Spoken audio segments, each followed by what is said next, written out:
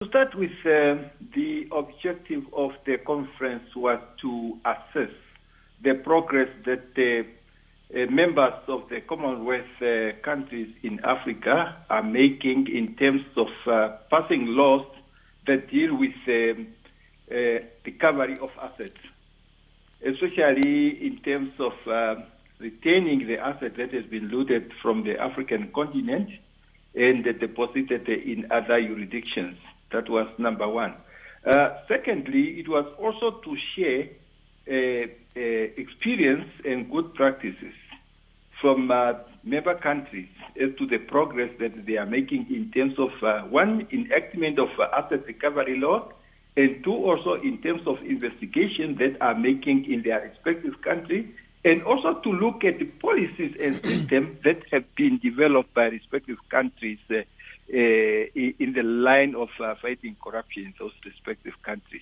Those are basically the objective of the conference. Right. Now, Mr. Noah, the ACC is expected to give a presentation on Namibia's fight against corruption.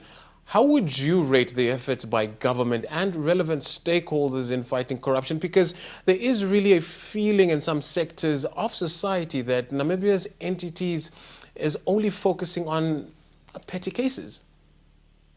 Yeah, well, you see that Namibia has made progress.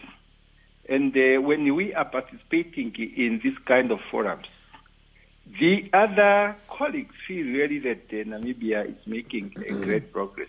The perception by the Namibian people themselves that will remain as such, but you know as well that the Anti-Corruption Commission and the government itself has been making really effective progress in terms of making sure that those who are suspected of corruption, they are investigated, and where evidence is found, then they are dragged to court. That's the reality. The thing is that there may be some citizens who think anything that they think is corruption, then it's a foregone conclusion. But remember that corruption is a criminal offense, just like other criminal offense. You don't drag a person to court for a crime of murder if you have no evidence that this person has committed murder. The same with corruption. You don't drag a person to criminal court for criminal prosecution unless you have evidence that that person has been involved in corrupt practices. It's a matter of evidence in everything. It's not a matter of personal moral feelings, and it's unfortunate that some people think that maybe as long as they personally feel that they perceive something to be wrong, then that matter is enough to be dragged before the criminal court. It doesn't work that way, unfortunately. Right. Mr. Noah, let me put this to you, and just really being candid. What, in your opinion, would it take to root out corruption in Namibia?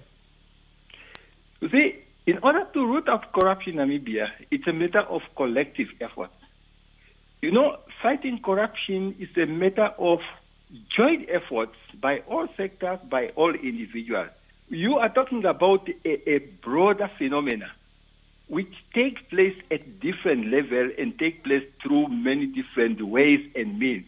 It is not to be left to one institution alone. It is not to be left to the criminal court alone. You see, administratively, those who are in charge of administration, they commit themselves. Now, those who are in charge of criminal investigation, they commit themselves. Individual members of the community, they expose corruption as well.